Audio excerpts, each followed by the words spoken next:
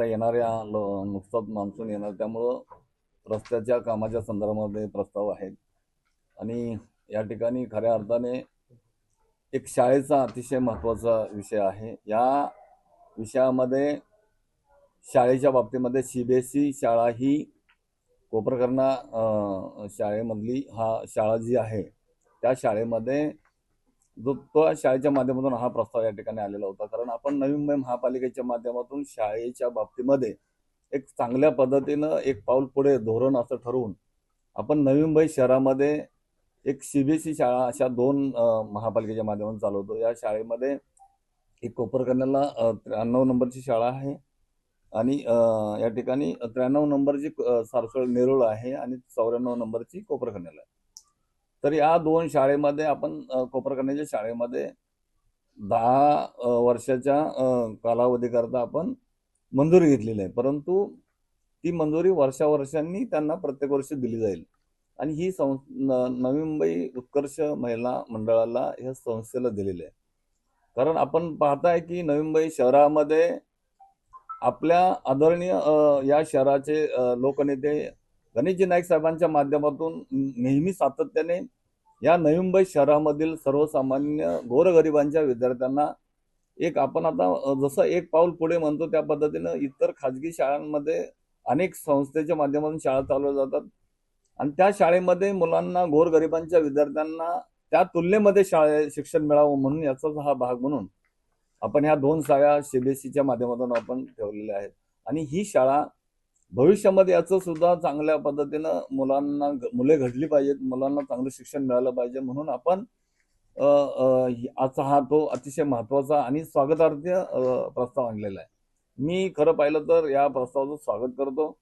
कारण या माध्यमातून मुलांना चांगलं दर्जेदार शिक्षण मिळणार आहे, मुलं चांगल्या पद्धतीने घडणार आहेत आणि आज अतिशय चांगली चर्चा होऊन या ठिकाणी हा प्रस्ताव आपण या ठिकाणी मंजूर केलेला आहे. आपण जर सीबीएसई शाळा सुरू करतो हे चांगली बाब आता नाही आहे, परंतु शाळेचं इतर शाळेमधलं सुद्धा आपलं जे मराठी शाळा आहेत किंवा इतर शाळा आहेत त्यामध्ये सुद्धा आपण शिक्षक लवकरात लवकर ज्या कमी शिक्षक आहेत तिथं भरती करावी आणि त्या मुलांना देखील चांगलं शिक्षण मिळावं. कारण सीबीएसईच्या माध्यमातून आपण पाहताय आपली जशी मुलं आपण चांगल्या पद्धतीने घडली पाहिजे अशीच आपली धोरणं राहते की इतर गोरगरिबांची मुलं सुद्धा चांगल्या पद्धतीने शिकली पाहिजे, शिकवली पाहिजेत.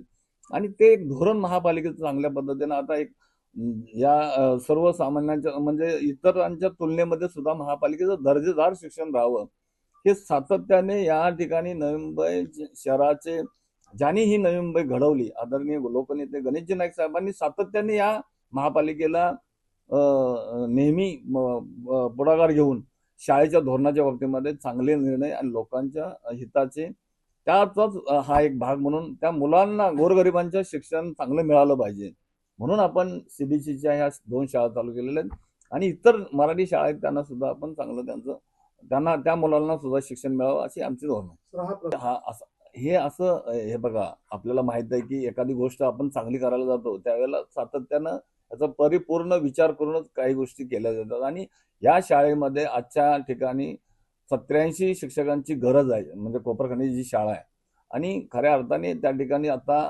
सध्या त्या दर्जाचे शिक्षक भरले पाहिजेत अशी सगळ्यांची धोरणं आहे आणि आता 57 शिक्षक कार्यरत, एक व्हाईस प्रिन्सिपल आहे, एक प्रिन्सिपल आहे.